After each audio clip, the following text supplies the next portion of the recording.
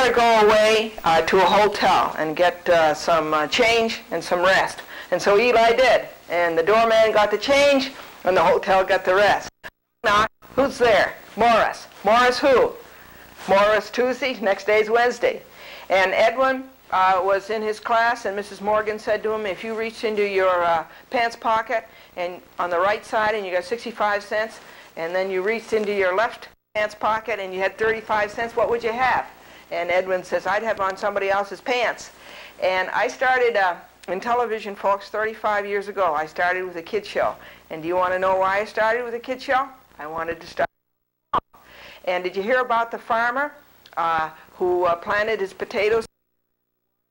He planted his potatoes and his onions together so that the onions would make the potatoes' eyes water. Folks, why do people laugh up their sleeves? That's because that's where their funny bones are. And the little country boy came to the city for the first time, and he crossed the street, and the sign crossed, and the country boy says, oh, I'm sorry. He says, I thought it was an advertisement for the bus company. And the counterfeiter walked into the store, and he says, will you carry a $15 bill? And the owner says, sure. What do you want, 2 9s or 3 6s? And the devil challenged St. Peter to a baseball game. And he says, how can you ever win? All of the good players are up here. And the devil says, yeah, but all of the umpires are down here. Ed paid $450,000 for a prefabricated house. And the man says, isn't that expensive? And Ed says, yes, but I had it sent airmail. And Peter's going around in crutches. And somebody said to him, how long have you been on the crutches? And Peter said, for 6 weeks. And the man says, well, can't you get along without them? And Peter says, my doctor says I can, but my lawyer says I can't. And an old maid put an ad in the newspaper for a husband, and she got 100 replies, and they all said the same thing, you can have mine. And Philip, the football coach said to Philip, he says, you're out of condition again. What have you been doing, studying? And Pauline says, I just turned 25 years of age. And her mother-in-law says, what detained you? And John and his wife were out having breakfast, and John says, this donut is so strong it could walk over and say hello to the coffee. And his wife says, yes, but the coffee would be too weak to answer. The boss is mean, but at least he's fair, one secretary said to another. And the other secretary says, what do you mean? And the first secretary says, well, at least he's mean to everybody. And a mother said to a salesman, isn't this toy a little complicated for a child? And the salesman says, well, this toy is designed to teach a child to live in today's world. No matter how the child puts the toy back together, it's wrong. And one attorney wrote to another attorney, sir, I regret to inform you, but there is real danger of agreement between our respective clients. And a new library patron was very impressed with all of the things that are freely lent. He says, you mean that I can take out any compact disc I want with this card? Yes. You mean with this little card I can take out any VHS video cassette? Yes. You mean with this little card I can take out any book I want? Yes. You mean with this little card I can take out any librarian I want? No. The librarians are for reference only. This is Glendora, a cheerful look at life, folks, and keep your courage flaming.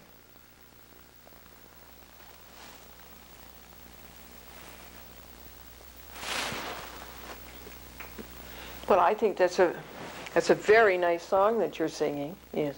Now, what did you do today? Did you go out and play with cats your own age? Yeah.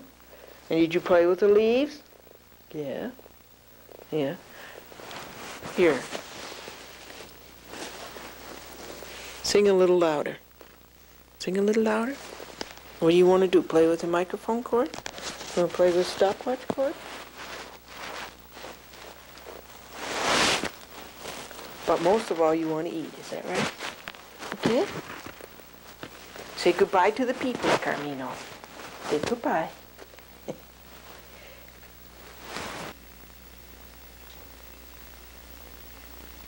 Support operations? Of the Westchester Division. And what does that consist of, Len?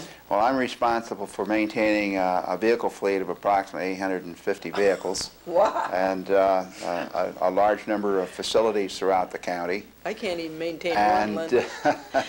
And we also are responsible for 5 storerooms. Wow. Wow. The corporation has goals that you're expected to meet, and frequently you get behind in these goals and you have to identify the problems and see what you can do to overcome the things that are failing and meet those goals. And your performance is measured on your ability to make those goals. In the beautiful Chrysler building at Saatchi Danza Fitzgerald Sample. And this is Mr. Peter McSpadden, who is the president. Hi, Peter. Hi, Glendora. How are you? Hi, folks. I'm fine. Tell the folks, won't you, a little bit about Saatchi DFS? Well, Saatchi DFS is an advertising agency, and as Glendora says, we're here in the Chrysler Building in New York City. We are the largest advertising agency in New York City, and we employ about 1,300 people right here in this building in 12 floors. Wow. Yeah, that's something. Peter, you were born where? I was born in Montclair, New Jersey, not too far from here. We just passed that, as a matter of fact, a half hour ago. Yeah. And you went to school there, Peter? Went to Montclair High School. We were state football champions the year I graduated. I'm very proud of that. Somebody else on this program, I bet you know him, Jimmy Rosenfield, who just bought Blair. Jim Rosenfield and I are classmates, and he's a good friend. Are you really? Yeah. Now, what did you take as an undergraduate? I was a political science major, and I minored in English literature. That would be a good background for advertising. Yeah, I think it's the kind of background you should have if you really think you're interested in this business. You should be a person who's interested in words and visual things and expressing yourself, and the media department, or as trainees in account executive work, or we even have a training program for creative people now, and they actually show us samples of work we ask them to do, and that's another way to get into the business. It's not an easy business to get into because you really have to sell yourself. But if you can do that well, and you got some brains, I think you'll have a lot of fun in the business.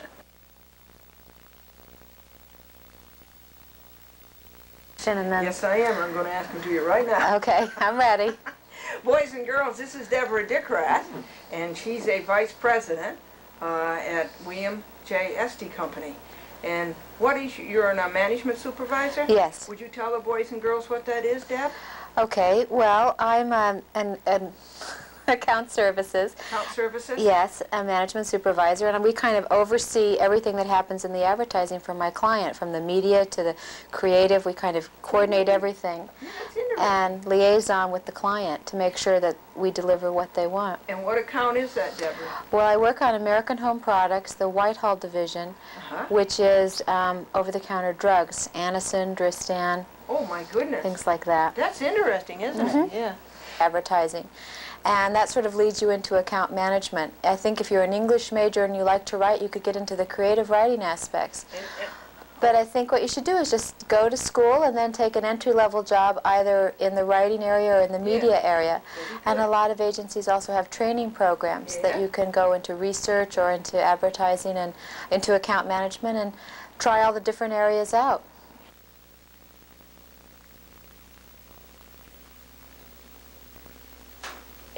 This is Glendora, Cheerful Look at Life, and a nickel and a dime were sitting on a fence and the nickel fell off. Why didn't the dime? Because it had more sense. And Mrs. Morgan was trying to teach her 4th graders, and she said, "What animal eats with his tail?" And Freddie thought for a while, and then he said, "All of them do. They can't take them off." And then she asked Frank, "Which months have 28 days?" And Frank said, "Every month has 28 days." And Arthur, she asked Arthur, "Why did Robin Hood rob the rich?" And Arthur thought a while, and then he says, "Well, because the poor didn't have any money." And Frederick said to his niece, "If you have 5 pieces of candy and I ask you for one, how many will you have left?" And his niece looked him squarely in the eye and said, 5. A man who was a drill operator, and he went to a jackhammer operator, and he went to the doctor, and he says, "Doctor, will you please help me?" He says, "There's something about my work that's making me be nervous." And the doctor says, "Oh, the jackhammer makes too much noise for your comfort?" And Alex says, "No, the man next to me hums." Folks, what do you call a smart duck? a wisecracker. And a man called up the hospital and he says, can you please give me the condition of James Parsons? And the nurse says, well, James Parsons rested very comfortably overnight and he's improving steadily. And may I ask who's calling? And the man says, this is James Parsons. The doctors never tell me anything. Folks, why does Santa Claus have 3 gardens? So he can ho, ho, ho. And why is an old dime different? What's the difference between an old dime and a shiny new penny? 9 cents. The chief executive officer of the company said, young man, how long have you been working here? And the young man says, 2 years, sir. And the CEO said, and how much do you make a week? $200, sir. And the CEO says, I've been observing your work lately now for 2 months. He says, I'm very, very pleased with your progress. Starting the first of the month, you are going to be our new vice president of operations. And the young man says, gee, thank you, Dad. Why does a bee hum? Because he doesn't know the words. Now, Channel 4 is the flagship station of the NBC television network, right? And the symbol of the NBC TV network is a peacock. Now, really, Channel 4 should be Channel 9, because why is a peacock like the number 9? Because without its tail, it's nothing. If a maple tree has 10 branches and there's 10 acorns on each branch, how many acorns on the tree altogether? The answer is none, because acorns grow on oak trees. And if a plane crashes on the border between France and Germany, will the survivors be buried in France, or will they be buried in Germany? You don't bury survivors. And the attendant said to a motorist, the policy of this gas station is cash, strictly cash. And the motorist says, but gee, there's a sign over there that says batteries charged. And Ed was asked, what was your mother's name before she was married? And Ed replied, well, I didn't have a mother before she was married. And Pete says, Dad, what's the difference between lightning and electricity? And Dad says, you don't have to pay for lightning. And Pauline was called to serve on the jury, and she says, I will not serve because I do not believe in capital punishment. And the judge reasoned with her, this case is about a husband. His wife gave him $1,000 to make a down payment on a car, and he lost the $1,000 in Atlantic City. And Pauline says, I'll serve. I could be wrong about capital punishment.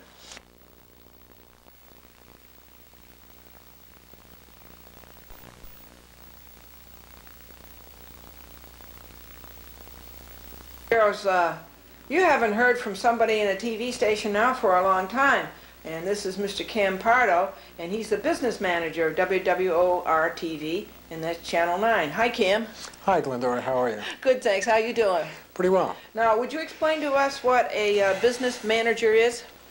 A business manager is the term within the broadcasting industry that they apply to a controller. So there's not that much of a difference. The responsibilities might be a little bit expanded to include some responsibilities beyond accounting, but it's a controller. And the business manager, he keeps tabs on what comes in and what goes out, is that the idea? Oh yeah, that and more. And that and more. What's the and more, Cam? Well, it involves pretty much the caretaker of the resources of the company. So that would mean not only the cash, the accounting, but also the security. Security of the facilities, of the information, the computer system. Oh, really? And a lot of people don't think of information as being an asset, but it's a valuable asset. Obviously, some companies are willing to pay a lot more for competitors' information, so that we want to guard closely as well. So is of being a part of the broadcasting, and from my particular perspective, I oversee virtually every department. I can't say, sorry, that's not my department. I get involved in the news. There are particular problems. We have to solve them. I get involved a lot of times in the programming department. My boss, the general manager, will call me in and say, I want you to do a special analysis. Another time, I may be down in having to do something in the mailroom. It's just real hands-on problems, problem solving, and it's just juggling and having 12 or 14 balls up at the same time. Well, no wonder you like it so much. Yeah. Promotion agency, Glendora. So we do, we create sales promotion materials, signs for stores, big displays, game sweepstakes,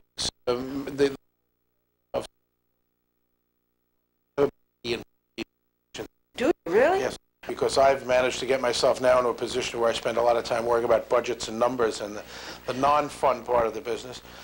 Typically, someone in account management would be working at an agency back and forth to a client and communicating the needs of a client's business to our creative teams, to the writers and to the art directors.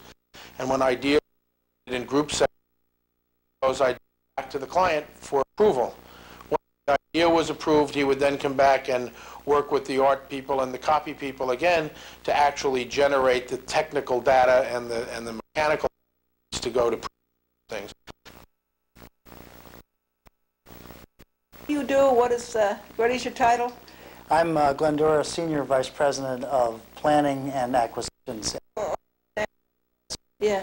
You want to just It's a tell long title, isn't it? Tell us, please, about planning and acquisition now. What's that really consist of? Well, Dun & Bradstreet is a corporation with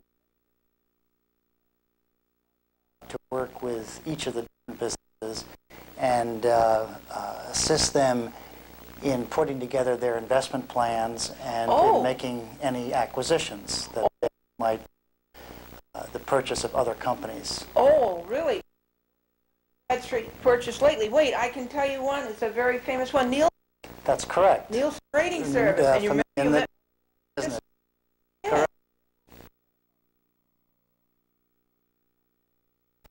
And the other is to figure out what you're good at, what your strengths are, and to work at those.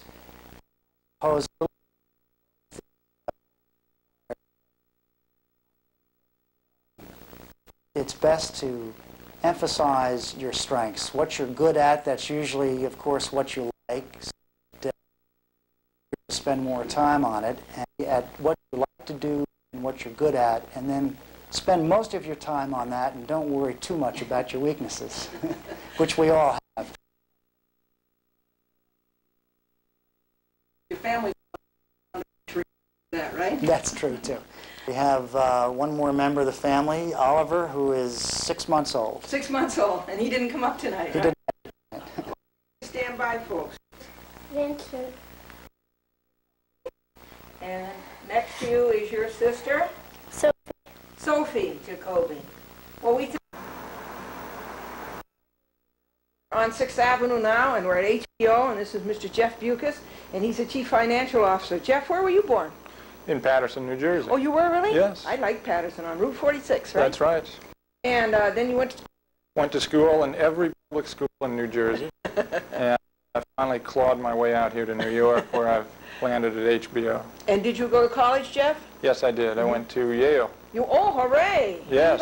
Eli, bow, wow, wow, wow. Now, Jeff, what did you take as an undergraduate? I took philosophy.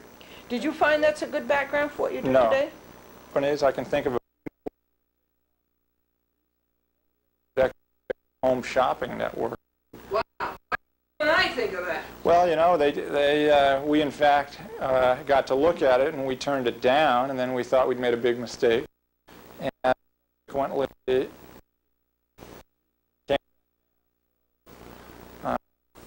It's all predictable.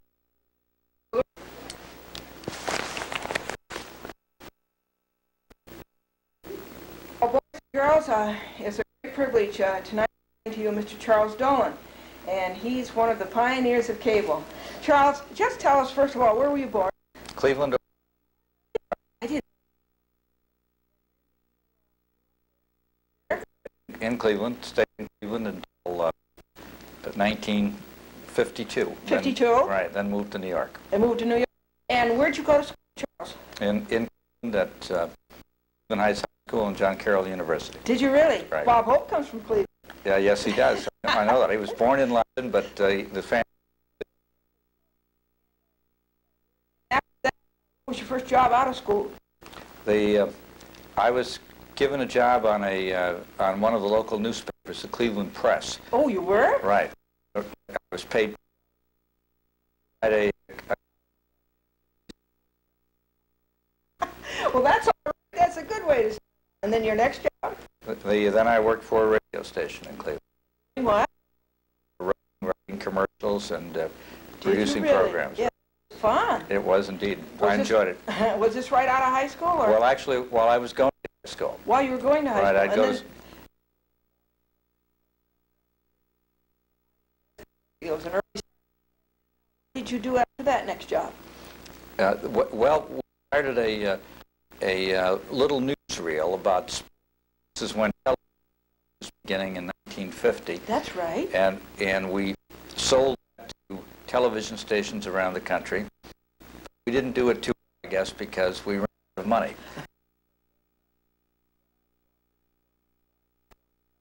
Which television was here in New York. For heaven's sakes. So then, by that time, I was married, and so New York. And to work at Telenews. Eleanor. And what- We produced another sports newsreel, and I would write the script together, and that sort of introduced me to of film syndication, and then we left Telenews and started our own company. You and your wife? Well, just me.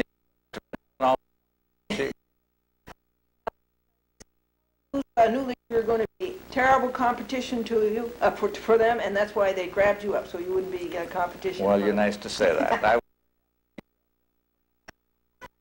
that point, because of the finances. Then tell us more about this new enterprise.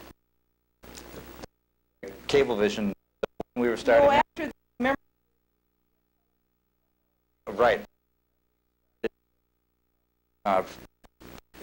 Distributing films for other people, distributing them to television stations, and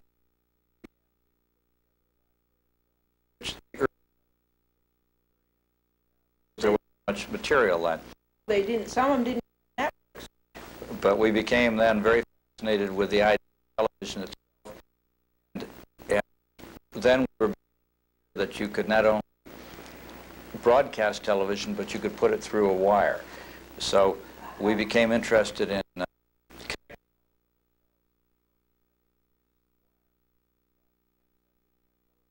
programming to the hotels. So in 1960, we started a service in New York which told people in the rooms what happened. And that was a service called Teleguide. And it was actually a directory for visitors to New York, introduction to New York. And we did that for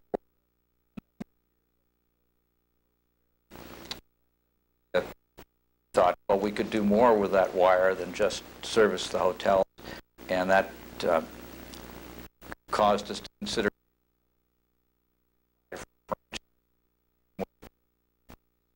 Manhattan Cable Television. You did. Right. First of all, just a second, Charles. The name of that company that when you had. Oh, that was Right. Channel 6. on Channel 6, and Right. people go into there. That must have been a great experience for them. Well, it was, again, it to how to serve the buildings of New York with cable television. With cable TV. Right. It gave us a good deal of early experience, and made it possible for us to organize Manhattan. That was it. Say Right. yes. And so then you started the company, got the franchise, and this was Correct. It was a great experience, a lot of work, a lot of anguish, but we loved it. And then what was next? Well, we then started putting programs on cable. We made a range, then we started motion pictures, then a network programs to other cable systems, and that was the beginning of the box office. What? All right, Oh, for heaven's sakes. and that started in 1972. 1972. Right. What a Yes, it for was. cable. Right. Well, then, because we didn't then have the excellent equipment that cable television has today, so called build system to build cable. in an urban area. This is also interesting. So what came out of that? Well, we've found and home box to incorporate to the suburbs of New York and began another cable service called Cablevision. That's your Cablevision. Which is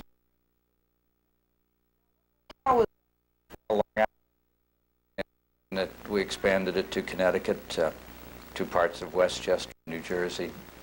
We're now in Boston, Kalamazoo, Chicago. Huge number of subscribers. What is it? Well, we are, by the end of the year, with the new arrangements complete, we'll have a Mr. Dolan, the names of the we serve all of Nassau County. whole county. Right. And the western and East Hampton and Montauk. Wow. And then the ones in Connecticut, I think I remember some of those. Westport. The west, we service the area of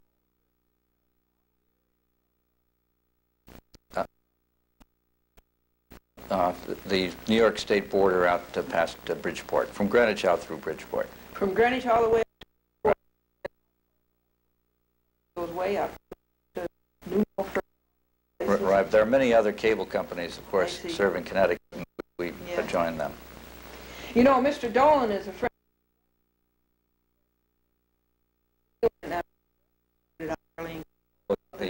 Bill Bresnan is a pioneer in cable television.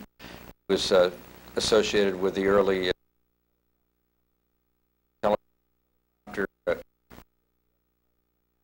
one of the early, very large, very important companies in cable. My goodness, you've known each other a long time. We have. I think that you, what was it, 1960? When you started the Manhattan cable TV system? That was, that started in 1961. 61, right. yes, right. Had just bought cable system, those towns in Westchester, because the boys and girls live there. Dutchess County, Portchester. We operate a system in the city of Yonkers in Westchester. Oh, you do? Right. Oh, that's right. You have Cablevision. Right. What else in Westchester? Anything else? No, that's it. That's it. Yeah, well, that's a plenty. Now, this is Mr. Charles Dolan, and he's the founder of Cablevision, along with a whole lot of other things. And when he comes back, he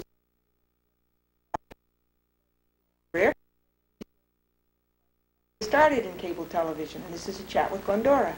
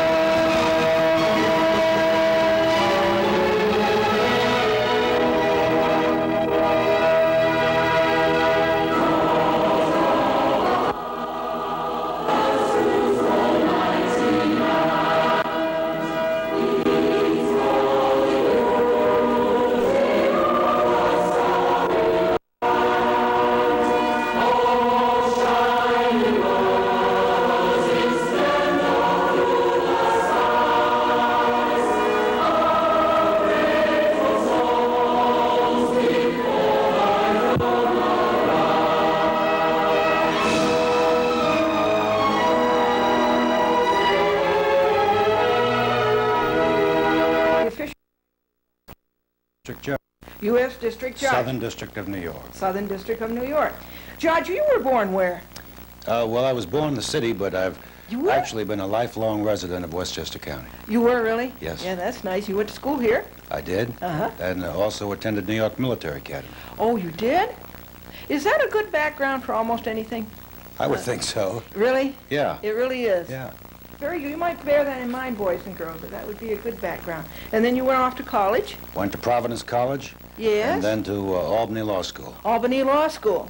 And then after you passed your bar and everything, where did you, what was your first assignment, or were you I practiced in the city with a large firm for a very short period. Yes. And then left and came back to Westchester County and spent my entire professional life in Westchester County in the 9th Judicial District, some of that time in the state court, and last June I went into the federal court in Manhattan again. Yes, but it was such an interesting progression. Now, what was the first one? The first court? First court, yes. Well, after 12 years of practicing law, Yes. I went to the family court. The family court in Westchester County? In Westchester County. I see. Served there for 3 years. Yes. And then went on to the Westchester County Court.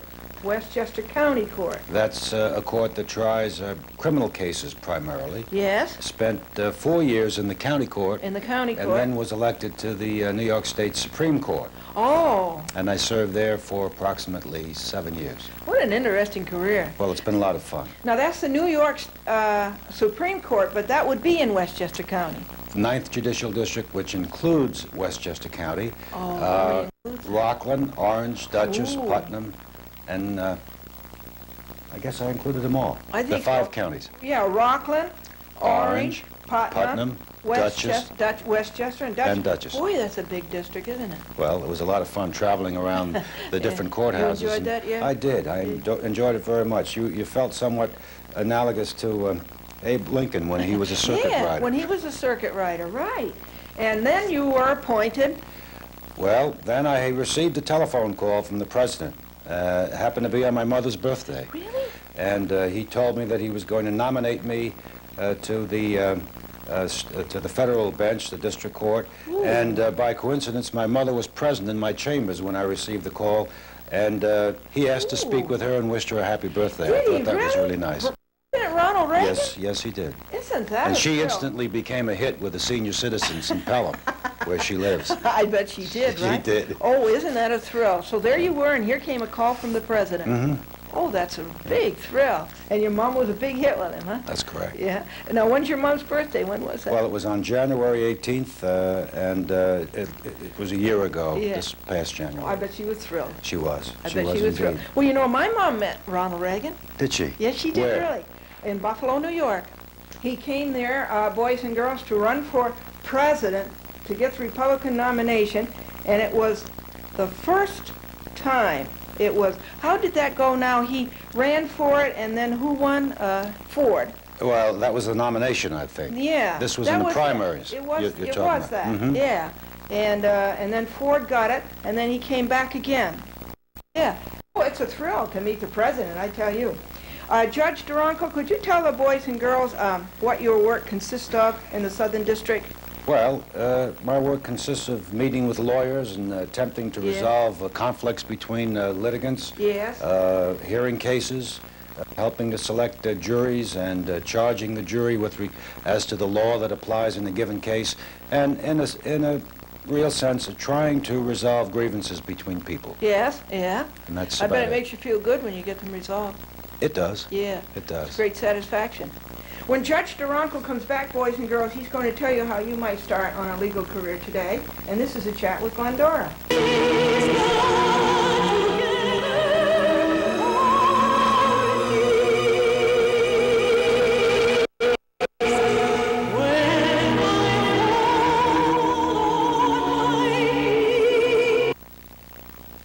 Judge Duranko, what advice would you give a youngster to start out to be a lawyer today?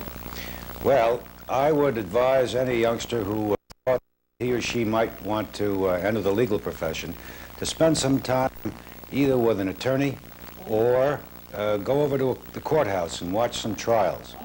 I think that might at least familiarize you with what the practice of law may be like. That's a good idea.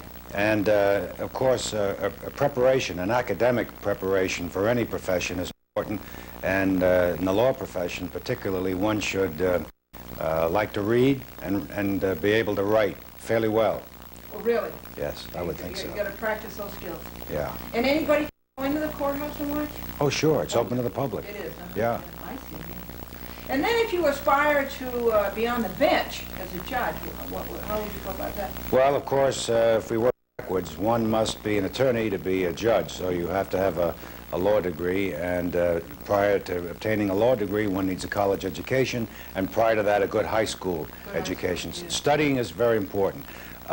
If you wish to be a judge, I would think that you should attempt to have a great deal of patience, be able to listen to both sides of a controversy, and not jump to a conclusion. Yeah. Be judgmental rather than an advocate, as trial lawyers are expected to be.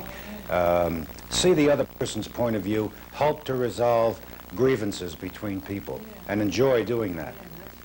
Well, that was nice of you to come up. Did you come up from Manhattan? Yeah. It was really nice of you to come and tell us about the president calling you. Well, it was nice to be able to come home a little early, because I dropped off, I got off at Pelham and then drove up from there. Oh, you did? Yes. Yeah. Oh, that's nice.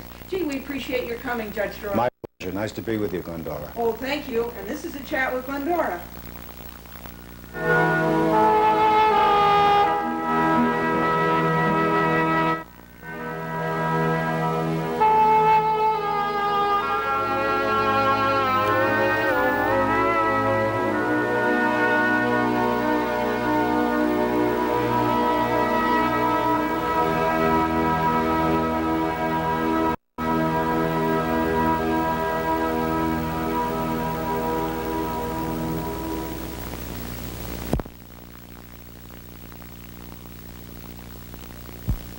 Oh, congratulations. Oh, thank you. That was a big moment in life. Indeed it was. That's hard work and a big accomplishment. Oh, indeed, yes. And then next was what, Judge Cowie?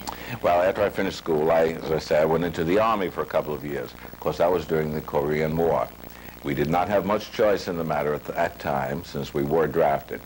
Although it was a very good experience, I must say, and I would recommend the military or even naval service, Army, Air Force, whichever. It is a tremendous force in maturing an individual.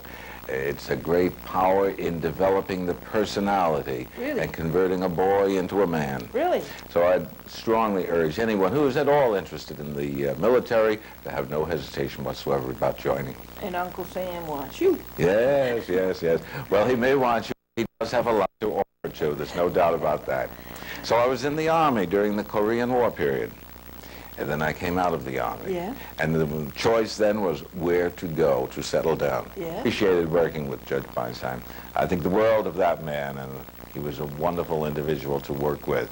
And of course, the more you tried to do for him, the more he tried to encourage me to. Nice? So it was a most mutually satisfactory working arrangement. Yeah. So I was with him up until the time that I did seek the nomination for Westchester County Court Judge. Oh. So then I worked hard to get that nomination. Did you? Fortunate enough to be one of the nominees. Yes. There were, of course, for the Supreme Court, you see, it is not limited to Westchester County, but it covers Westchester, Putnam, side of the river, too. Orange and Rockland. Right. All of these counties are included in this district. So That's the 9th district. The 9th district, right you are. So when it Judge Cowie, will you please tell the boys and girls what you like best about being a judge? I think one of the greatest things and most enjoyable aspects of being a judge is that you meet so many people, such a great variety of people, and you run into so many experiences as a result of handling all of these cases. I have found that these real-life experiences can be more exciting and more interesting than even the best of TV shows or the like. Yes, yes. As has often been said, real life can be more interesting than any theater production. Right. And there's a lot of truth to that. Yep. Truth is stranger than fiction. I could almost write several books here. The type of people that we meet in the cases and the experiences we run into. Patrick says because that's all they know. Yeah, there isn't an instrument he can't play. That's how he brags. And his friend says, that's right, he can't play the piano, he can't play the banjo, and he can't play the guitar. And did you hear the headline on the TV? Carrying a load of yo-yos, hit a reef and sunk 113 times. And off the coast of Florida, 2 ships collided. One ship was carrying a load of red paint, the other ship was carrying a load of purple paint, and at the latest report, both the passengers and crews of both ships were marooned. And Bessie Carter, who is the crossword puzzle, she changed a clause in her will, and now when she dies, she wants to be buried 6 down and 3 across. And in White Plains, a citizen was hauled into court for at a donut shop, and he was charged with impersonating an officer. And this week, the Clairvoyance Club will not meet because of unforeseen circumstances. And in Harrison, a wine truck collided with a cheese truck, resulting in a $3,000 fundraiser. And Tom says that people are so inconsiderate that his last boss thought nothing of telephoning him and waking him out of a sound workday. And Diane says that her husband suffers from insanity, and Diane's mother says he doesn't suffer from it, he enjoys it. And here's a business joke. The company bought a new conference table. It's 9 feet wide, it's 30 feet long, and it sleeps 20. And a panhandler said to Arthur, could I please have $1 for a cup of coffee? And Arthur says, $1 for a cup of coffee? And the panhandler says, please just say yes or no, don't tell me how to run my business. And another panhandler asked the pedestrian, could I have $20 for a cup of coffee? And the woman says, $20 for a cup of coffee? And the panhandler says, well, can I help it if I'm a big tipper? This is a cheerful look at life. Let's return now to a chat with Glendora.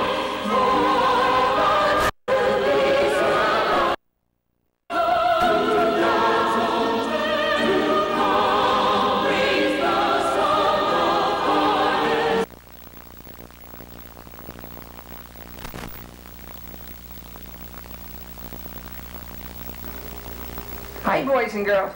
Look who came to see you today. This is Judge Miriam Cedarbaum. And Judge Cedarbaum, you were born where?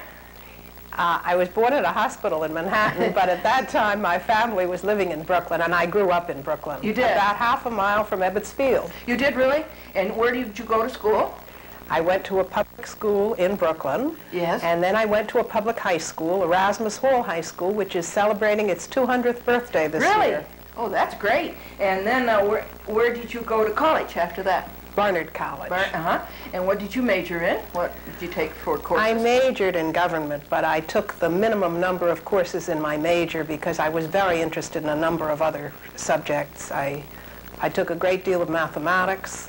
Did you? I took a lot of foreign language and literature and philosophy. You did. There's just one little thing I want to make clear. That's down at Foley Square, right? Yes, I'm at the United States Courthouse at Foley Square. And one of your other jobs was down at Foley Square. That's right. The first several years after law school, I was at Foley Square, first as a law clerk to a district judge, and then as an assistant United States attorney for the Southern District of New York. So I think that's the way to do it. That is. Well, it's certainly one way. Now, Judge Miriam Cedarbaum, and boys and girls, when she comes back, she will tell you what her work is like to see if you would like to aim for such a career as that. And then she might tell you how to get started on a legal career today, which, of course, is entirely different from the days that she started. And this is Chat with Glendora.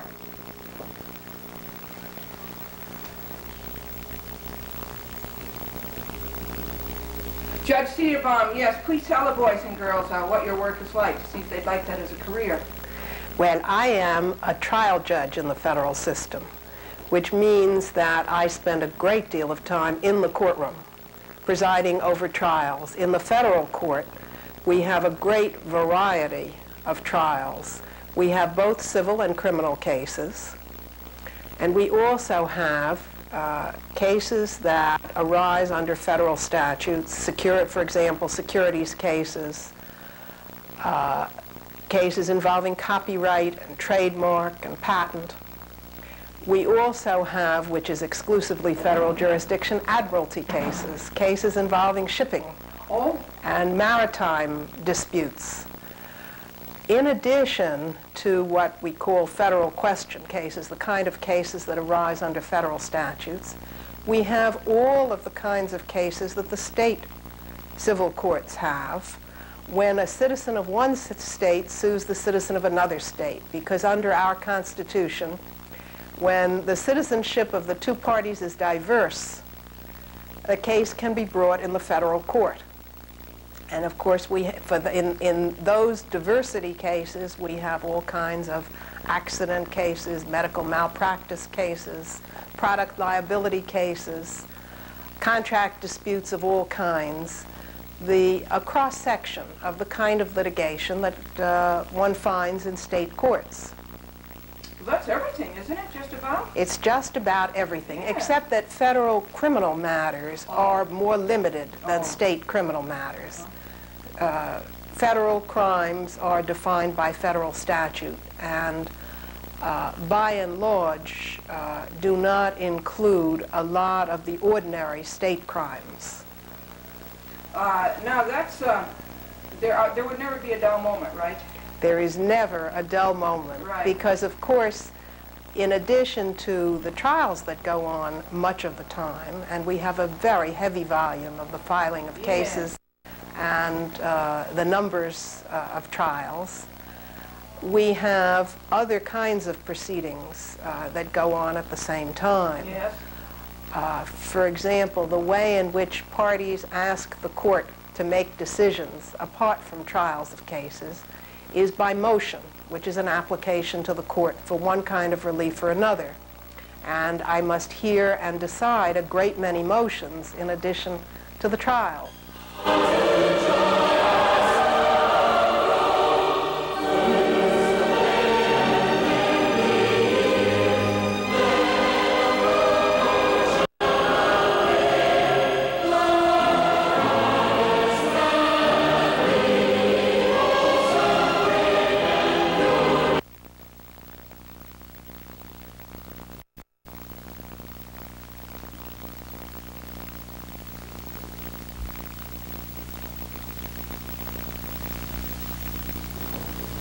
Hi folks, let's take a break now for Glendora Cheerful Life.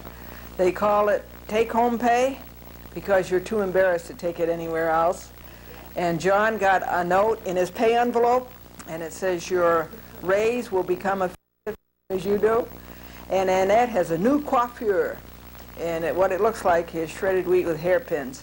And Joan says there's one of her plants that she won't talk to at all because this plant thinks that it knows everything. The plumber came to the door and he says, "Where's the drip?" And Barbara says, "He's upstairs trying to fix the leak." And you know the quickest and fastest way for you to have your family tree traced? You run for political office. And a rookie policeman was asked on an examination, how would you break up a crowd? What's the fastest way to break up a crowd? And the rookie policeman thought just a second, and then he says, "I'd take up a collection." And the candidates are out raising money. Some of the candidates are having $1,000 a plate dinners, and other candidates are just having Tupperware parties. And one candidate has promised, well, he spent $20 million to get his party's nomination. Now that may sound like a lot of money, but really that comes down to $2 per promise. And another candidate says that he can balance the budget by tilting the country. And Bob said, you really should make fun of politicians. You shouldn't be too hard on them because after all they're doing the work of two men. And the question is what two men, and the answer is Laurel and Hardy. Folks, millions of Americans don't vote. Now why is that? Harry says it's because under the Republicans you can't earn, you keep, and under the Democrats you can't keep what you earn. And Peter says don't forget now to vote early and vote often. And a little girl asked her mother, Diane, she says, "Mommy, do all fairy tales begin with once upon a time?" And Diane says, "No, dear. Some fairy tales begin with, if I'm elected." Folks, do you know why history always repeats itself? Why does history always repeat itself? Because nobody was listening the first time. And Billy says honesty is the best policy. He says, I know. He says, I've tried them both. And John says that he got a letter from the president telling him that when the appropriate time came, the president would use him an advisory capacity. And John's wife says, well, those weren't exactly the right words. What the president said was, when I want your advice, I'll ask for it. Now Christopher Columbus set out from Spain, right, to find the India, and he ended up in the Bahamas, and he thought he was in America. So now if Christopher Columbus were alive today, he'd be working for the post office, isn't that so? And Ed went into the post office and he said to the clerk, he says, I want $50 worth of stamps, and the clerk says, what denomination? And Ed says, Baptist. And this sales clerks, old sales clerks, never die, or if they do, it's hard to tell. Bobby said to his dad, what does COD stand for? And his dad said, crushed on delivery. And the minister said, I've always stated that the poor are welcome in this church. And by the look of today's collection, I see they have arrived. And Sid says, do you have a good preacher? And John says, yes, he's a good preacher. He says, at the end of every service, there's a great awakening. And Andy said to his mother, he says, did you say the preacher's name was Reverend or Never End? And little Paul said to his friend, what is procrastination? And little Johnny says, I don't know. He says, I think that's something that the Presbyterians believe in. This is Glendora, a cheerful look at life. And now let us return to a chat with Glendora.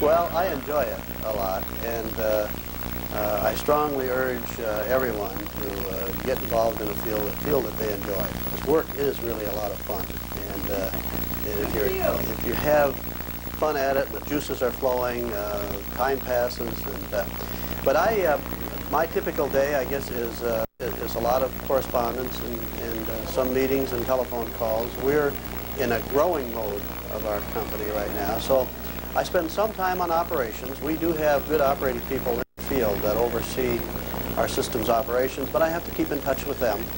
And then I'm spending really quite a bit of time searching out for new acquisitions.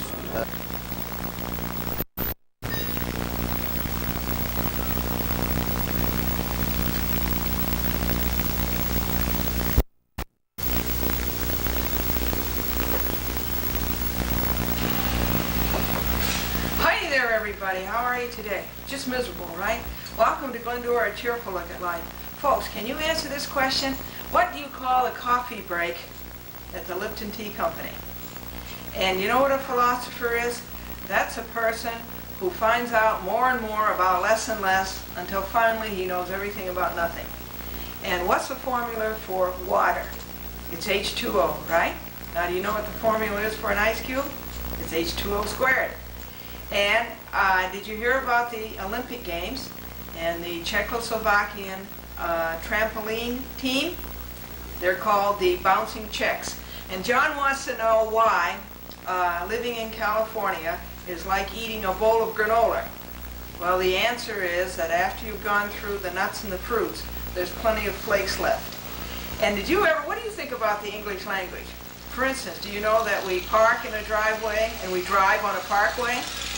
And did you ever try to explain counterclockwise to a person who wears a digital watch? If they say that the world is getting smaller, then how come the price of the airline tickets is getting bigger? And Peter says that more people would pay attention to the Electoral College if they had a football team. Folks, there are 5 billion ballpoint pens manufactured in the United States every year. Can you tell us why there's never one at the telephone when you have to take a message? And if this is such a small world, we'd all like to know, why does it cost so much to run it?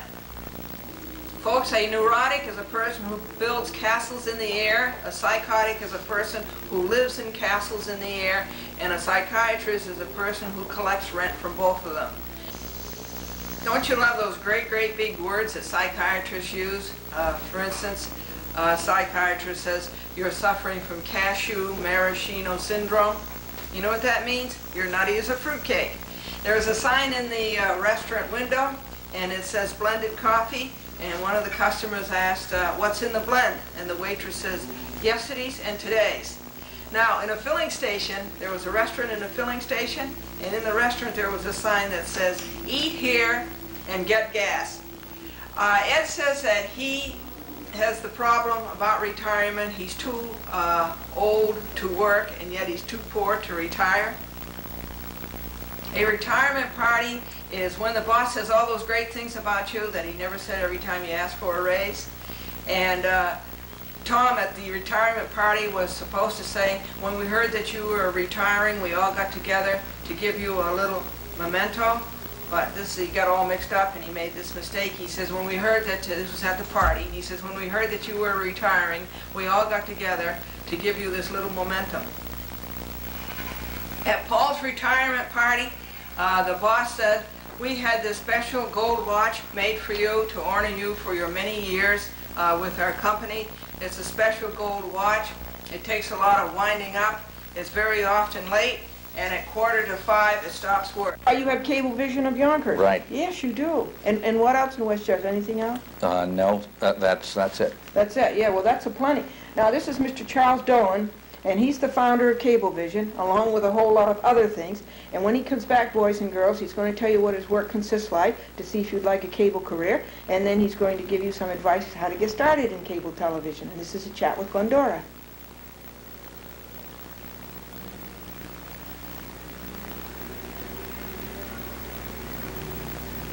Mr. Dolan, could you give us an idea of the flavor and excitement of your work? Well, there's a lot of excitement. There's so much involved in cable television.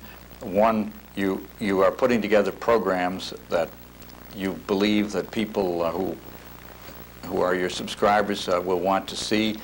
So we have organized sports programming. We telecast all of the games of the Islanders, and we do the Yankees and the Mets and the Devils and the Nets and so forth. And we enjoy putting those programs together, doing those telecasts. And we have another service called Bravo, which is the performing arts and international film, and still another American movie classics, which are the great films of all time. So we have that programming aspect. We produce our own news programs. We do programs that tell people about all of the channels that we have, etc. So there is the idea of programming, which is a very important part of cable television.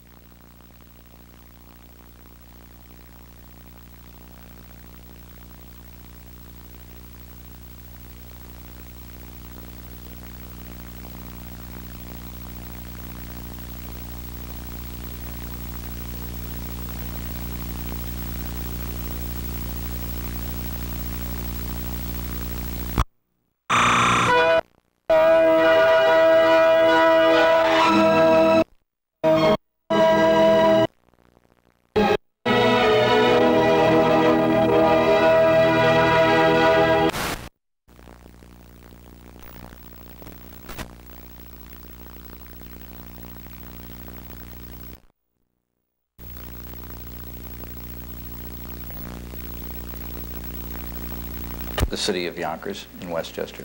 Oh, you do? Right. Oh, that's right. You have Cablevision of Yonkers. Right. Yes, you do. And what else in Westchester? Anything else? No, that's it. That's it. Yeah, well, that's a plenty. Now, this is Mr. Charles Dolan, and he's the founder of Cablevision.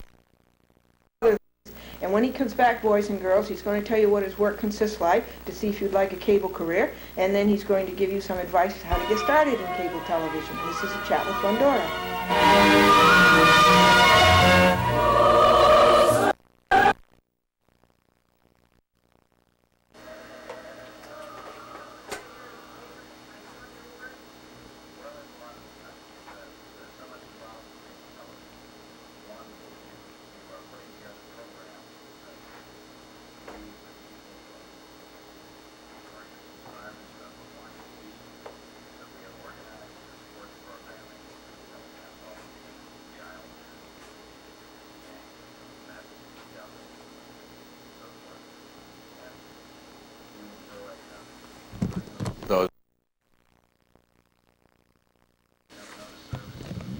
called Bravo, which is the performing arts and international time. So we have that programming aspect. We produce our own news programs. We do programs that tell people about all of the channels that we have, etc.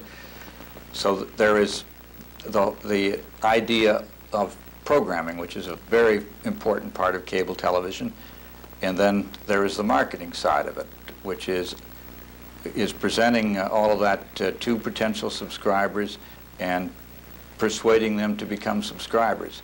And that involves direct sales, direct mail marketing, telephoning, etc. It is a different kind of marketing experience, and many of the people who are with us really enjoy that more than anything else and spend their careers doing that. Do they? Mm-hmm. And then the financial side, cable television involves the expenditure of large sums of money. So that we need people who can relate to banks and investors, and understanding the economics of cable television is by itself a specialty, and communicating that understanding to others. And then we have the technical side of cable, how to build a cable system, to maintain it, to operate it, how to improve it, providing greater security, putting facilities into the subscriber's home that enable them to respond to us and to work on a pay-per-view basis. And the other important improvements that we're anticipating in cable, it is a great experience for people who are technically oriented and who like communications. So cable is one industry, but it is multifaceted. Yes. And there are all kinds of very different career opportunities under the umbrella of cable. Well, I think that's fascinating, and you love every minute of it, don't you? I do. We find it very challenging sometimes, but Yes. I can't imagine a business or an activity I would rather be involved in. Oh, that's good to hear. And I don't think that you and I made it clear. You own Sports Channel.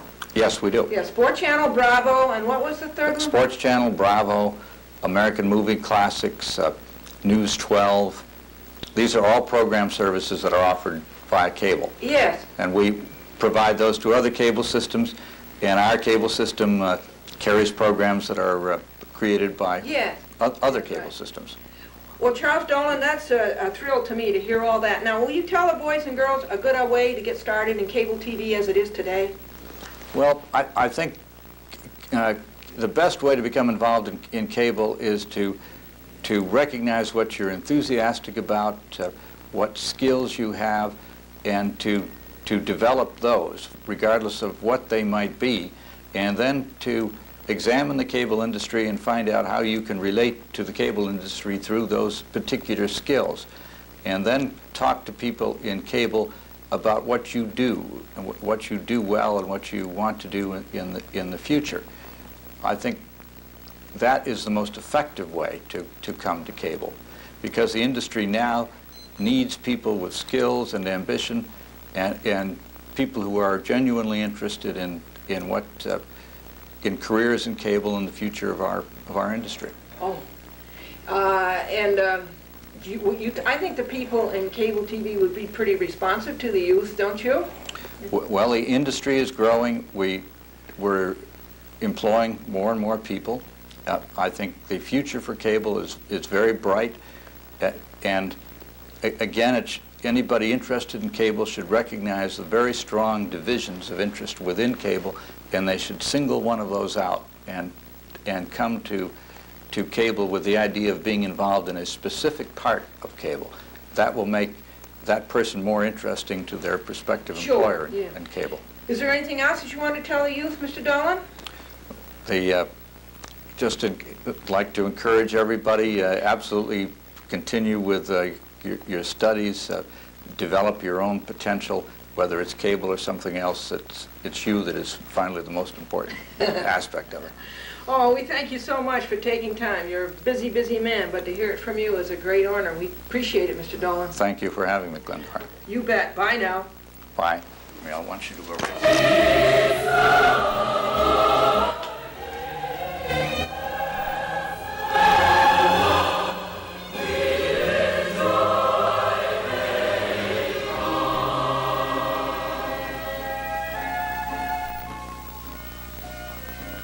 in a dramatic format is just another way of informing and enhancing the American public. Jerry, thank you so much. Now, what advice would you give a youngster to get started in communications today? Well, schooling is very important. It almost doesn't matter whether you specialize in a communications course or a journalism school, but the ability to have your own communication skills, just the fundamentals of reading and writing, and the force of personal advocacy, I think is very important. And then to have a broad curiosity about the world and the issues, because the fascinating thing about the communications business, it does not require narrow specialties, but the ability to relate to our world and to adapt to change. And that requires, I think, the broadest possible outlook in education. We want to thank you very much. Is there anything else you want to tell the boys and girls? No, just that we're always here. We believe strongly in encouraging young people to be a part of the communications environment. Very nice. Thank you, Mr. Gerald Levin, and this is A Chat with Glendora.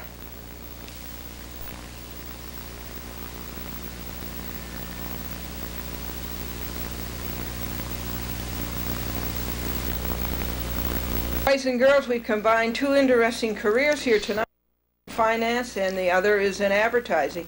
And this is Mr. Patrick Hare. Hi, Pat. Hi, how are you, Glenda? Good, how are you? Not bad. Patrick, you were born where? I was born in Flushing, Queens. You were born in Flushing. You still live in Queens, don't you? I still live in Queens. New York boy.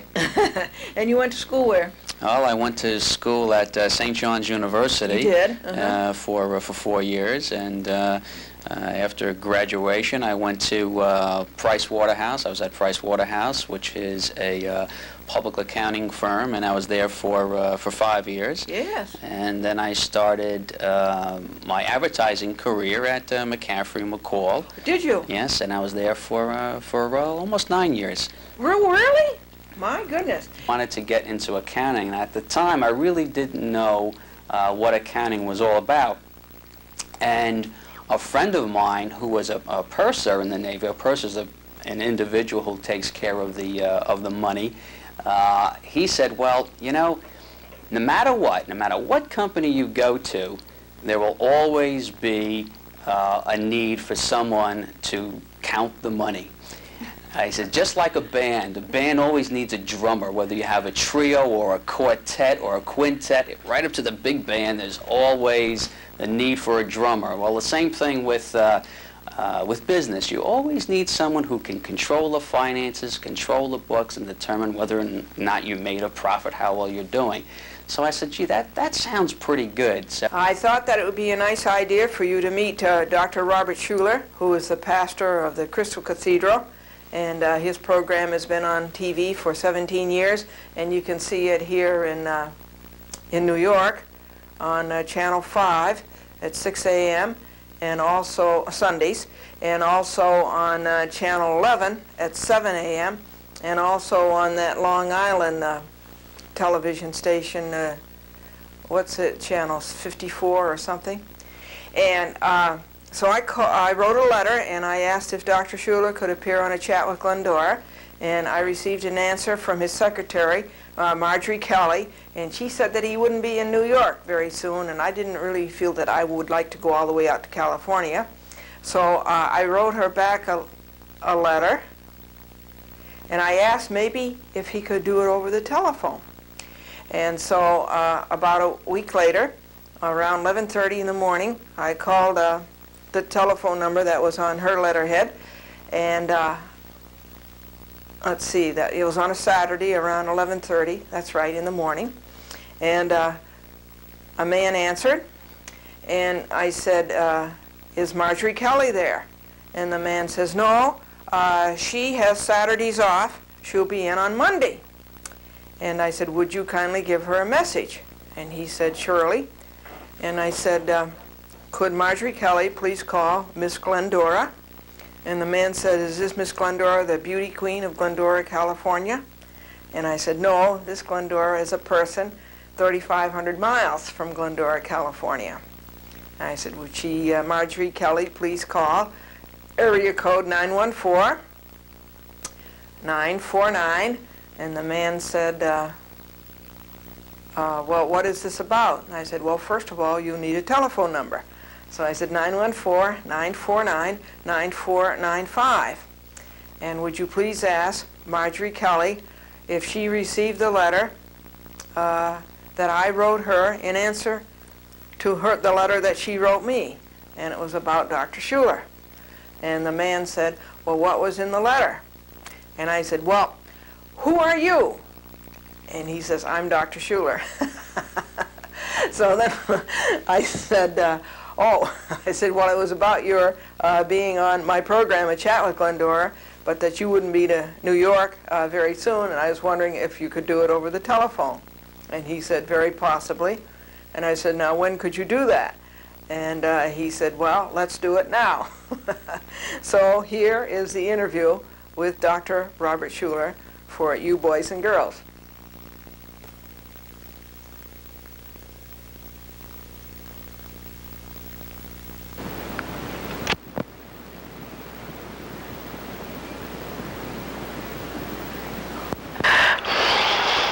And now, boys and girls, Dr. Schuler is going to talk to you, and he's going to tell you about his career in case you might like to get started on such a career yourself.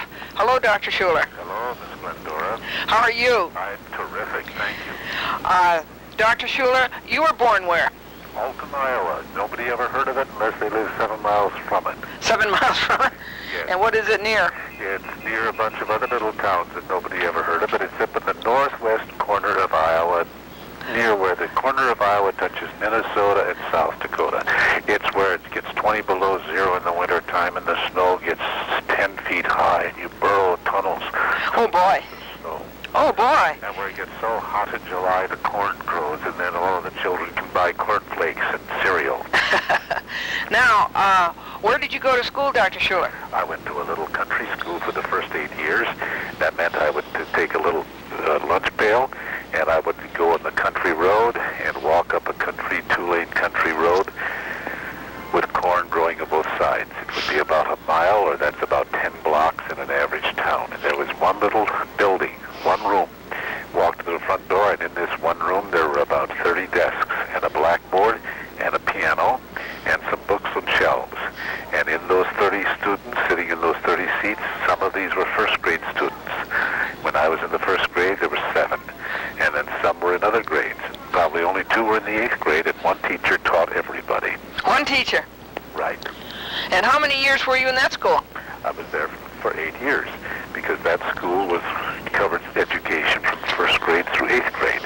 And then I graduated, meant I would go to high school, so I would still walk that mile to the same corner, wait at that square little building, and a big yellow bus would come along with dust blowing behind the wheels and would stop, and I would climb in the bus, and now I would go as a freshman to a high school, and that would be about 6 miles away. It would stop and pick up other children in the country, and in that high school there were 14 of us in the freshman class, and that was a big class because for years I was just in this class of 7.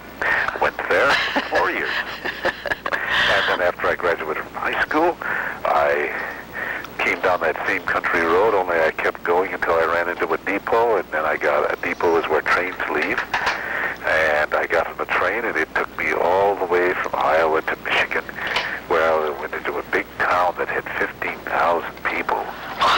Huge, humongous city. And there I went to college for 4 years. What college was that? That was Hope College. Hope College? Hope College, that's right. And after 4 years at that college, I graduated, and then I went across the street to an institution called a seminary. And a seminary is where they teach you how to know the Bible and how to be a minister and how to be a pastor. I went there for 3 years. And that was across the street? Right. In Holland, Michigan, not across the street from the farm in Iowa. Just one thing now. What did you take in college? Which course? Well, I took, first of all, this is a college that's affiliated with the North American Association of Accredited Colleges and Universities. It's like Harvard, Yale, and Princeton. And so the association requires that you have to take a minimum of, let's say, 8 hours in science courses. And you have to take a minimum hours in English and the basic classical then you take a major. In my case, I majored in social studies, history, and psychology. Oh, Did you find that that was a good background for what you eventually chose to do? Yes, but when you enrolled in this college, a counselor was assigned to you, and they asked you, what do you want to do? And then they would try to pick out the kind of preparation that would equip you. And you know, I'm about out of time, so what other questions do you have? And what was your first position out of college? Well, out of college, I went straight to that seminary, remember? After college, 3 years theological school. Then out of the seminary, what was your first? Seminary, I went to a church in Chicago, Illinois, and I was there for 5 years. It was a little church with 30 members. After 5 years, it was about 500 members. Oh, good. Yeah, and then I was called to come out here to California. I was called by my denomination, which is the Reformed Church in America. That's a denomination that started in 1628 when 54 colonists got on a boat and they sailed across the wild Atlantic, and they landed on the bleak island, which we now call Manhattan Island. Yes, you have a famous church in Schenectady, New York. Do you know that one? Yes, of course. And we have one here in Westchester. We have one in... You have one in Westchester. That's Community Church. Knoxville. Well, yes, and then we have another one up here in Ardsley. Right, and so that denomination has a college, and that's where I went to the college, home college, you see? I see. And that they had a little church that I went to in Chicago, and then they called me to start a church in California in 1955, and I have been here 32 years. Wow. I'm having a wonderful time. But it's been wonderful talking to you. Well, one last question, Dr. Schuler. What advice would you give a youngster to get started on such a career today? I would say, first of all, because I'm religious, you might expect a religious answer, which means regardless of their religion, I would teach them to find a religion that teaches them to pray. And to pray means to discover what God wants me to do and what he wants me to be. And then to believe. Second thing is to believe that they can go anywhere from where they are. They can do anything from that they want to do. And that means that they can succeed they can dream, and their dreams can come true. Very good, Dr. Schuler. Now, we want to thank you so much for taking time to go on the show and tell the children about your career. Thank you, Miss Glendora. Goodbye. Bye-bye.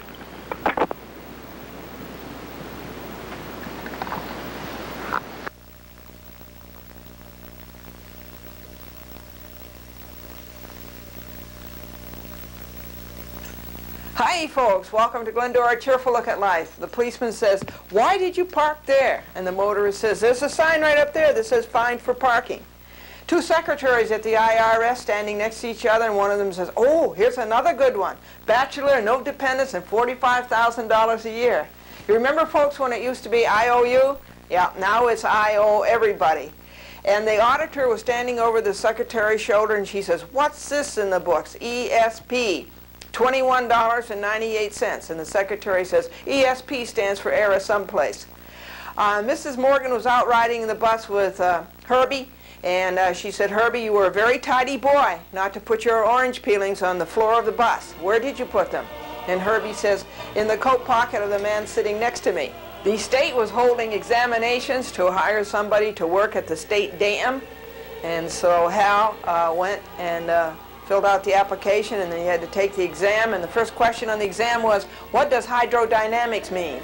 And Hal wrote down, "It means I don't get the job." The Valentine party in the 3rd grade was supposed to go like this. Every little boy was supposed to bring in a little box of candy, and then he'd come in and draw the name of a girl, and then the girl and the little boy would sit down and eat their candy. And Timmy was all upset because he didn't draw Susie's name. And the teacher said, "Well, surely there are other pretty girls in the class." And Timmy says, "Yes, there are." He says, "But Susie was the only one who couldn't eat candy." And as discharge time comes in the Army, everybody hurries things up and does things as fast as possible. So there was a sign on the optometrist's office. It said, "Until discharge time, Dr. Sanders will examine only one eye." Herb and Helen were out camping, folks. And Helen forgot to wear warm enough pajamas, so she asked Herb if she could wear a pair of his. And in the morning, Herb says, "How did you like him?" He says, "Do you know that those pajamas have a special patented wide area balloon seat, no binding?" And Helen says, "I know, and what bothers me is that they fit me." And the professor said to a student in the class who was sleeping, he says, I don't mind you sleeping during the class. He says, but it does hurt when you don't say goodnight. Peter said to his buddy, are you trying to make a fool of me? And his buddy says, no, I never interfere with nature. With TV, radio, and records, teenagers today have a hard time listening to reason. Aging is a matter over mind. If you don't mind, it doesn't matter. And during the Lyndon Johnson administration, Mrs. Lyndon Johnson invited a group of friends to have lunch at Howard Johnson's. And after the lunch, the press secretary went up to the waitress, and she said, you did a very good job. I know you were nervous because it isn't every day that you serve Mrs. Lyndon Johnson. And the waitress says, Mrs. Lyndon Johnson? I thought it was Howard Johnson. April is a great month, folks. The weather just starts getting nice. It's just as the IRS starts taking the shirt off your back. And Peter went to Atlantic City, folks, but he didn't have enough money to bet. He didn't have enough money to gamble. So he decided to do it mentally. So he decided just to watch the wheel and bet mentally. And in no time at all, he lost his mind. A boy in a very wealthy family wanted to grow up to be a garbage man. And his relatives asked him why. And the boy says, because they only work on Tuesdays. At the naval base, folks, outside of the chief surgeon's office, somebody came along and put up a sign, Wizard of Gauze. A man was traveling from San Diego to Mishawaka, and he called up to get his reservation. And he says, I want to go from San Diego to Mishawaka, Indiana. And the reservation clerk says, how do you spell Mishawaka? And the man thought a while, and then he says, well, okay, South Bend is close enough. When Notre Dame went co-ed, here was the headline. It's official, boys. Notre is going Dame. Paul is a college student, and he says he has no trouble getting his parents to send him money. And one of his friends says, how do you do that? And Paul says, I just threatened to come home. This is Glendora, a cheerful look at life, folks, and keep the courage flaming. Please?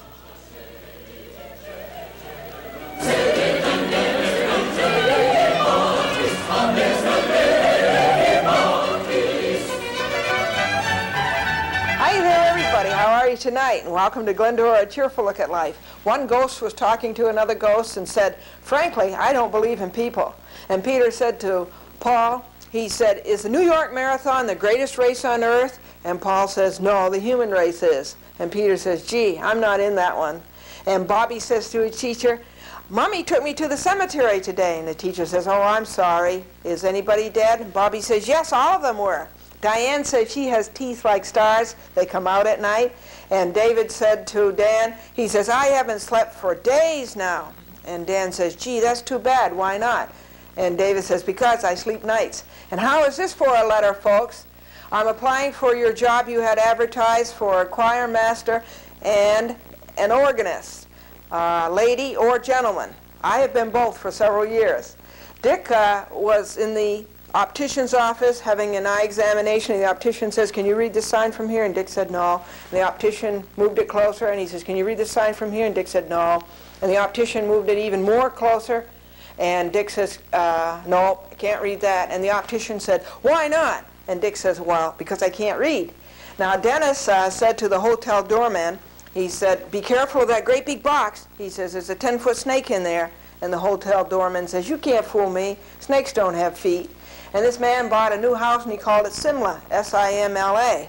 And his friend, who knew that the man had been traveling all over the world, he says, that's an interesting name, S-I-M-L-A. Did you bring that back all the way from India? And the man says, no. He says, I called it Simla because it's similar to the other houses on the street. And the judge said to the dentist, do you swear to pull the tooth, the whole tooth, and nothing but the tooth? Doug said to the store owner, can I try on that navy blue suit in the window? And the store owner says, no, you'll have to do it in the dressing room. Don said to his 5-year-old friend, they're not going to grow bananas any longer. And his little 5-year-old friend says, why not? And Don says, because they're long enough right now. A railroad commuter had a lot of fun. He went up to the public address system, and he made the following announcement. The train coming in on tracks 5, 6, and 7 is coming in sideways. Mom said to Dad, how did we ever get that flat tire? And the 7-year-old son said, it must have been that fork in the road. A very pompous man was strutting around art gallery, and he stood in front of an object, and he says, I suppose this hideous monstrosity is an example of modern art? And his friend says, no, that's what you call a mirror. Now, Bob said to Alan, he says, you remind me of Dennis Green. And Alan says, I'm not a bit like Dennis Green. And Bob says, yes, you are. Both of you owe me $5. And painting, Bill took up painting. He was very excited that he took up painting professionally. And so his friend says, well, good for you. He says, have you sold anything yet? And Bill says, yes, I've sold my watch, my TV set, and my car. And somebody asked Arthur, why was he always so well-behaved? And Arthur said, well, he says, when I was a little boy and I was well-behaved, my daddy would give me a penny and he'd give me a pat on the head. So by the time I was 17, I had $32 and a very flat head. Alan said to his friend, you see that man across the street? I owe more to that man than to any man on earth. And his friend says, really? Who is that man? And Alan says, my landlord. Joe was trying to impress his new girlfriend, folks, and he says, my father was an exporter. And Joe's buddies whispered to her, that's right, he was an exporter. He used to work for Amtrak. This is Glendora, a cheerful look at life. Keep the courage flaming, please.